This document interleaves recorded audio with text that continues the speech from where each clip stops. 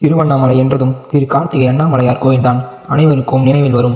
அதே பெயரில் வரலாற்று சிறப்புமிக்க வைணவ தலம் ஒன்று விருதுநகர் மாவட்டம் ஸ்ரீவில்லிபுத்தூருக்கு அருகில் உள்ளது தெரியுமா உங்களுக்கு?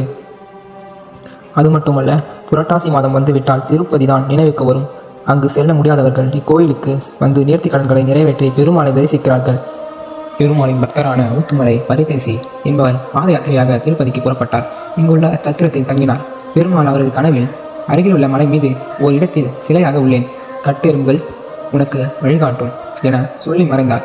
மறுநாள் அதன்படியே பக்தர்கள் சிலரை அழைத்து கொண்டு மலைக்கு சென்றார்.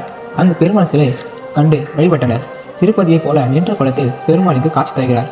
அவரை தரிசித்தால் பரம திருப்தி, வாழ்வில் நல்ல திருப்பங்கள் ஏற்படும். அதனால் இக்கோவிலை தென் திருப்பதி என்று அழைத்தனர். பிரகாரத்தில் பெருமாள் பாதம் உள்ளது. கருவறையின் முன் மண்டபத்தில் யோக பால நரசிம்மர்கள், கருடாழ்வார், திருமங்கை ஆழ்வார், திருக்கச்சி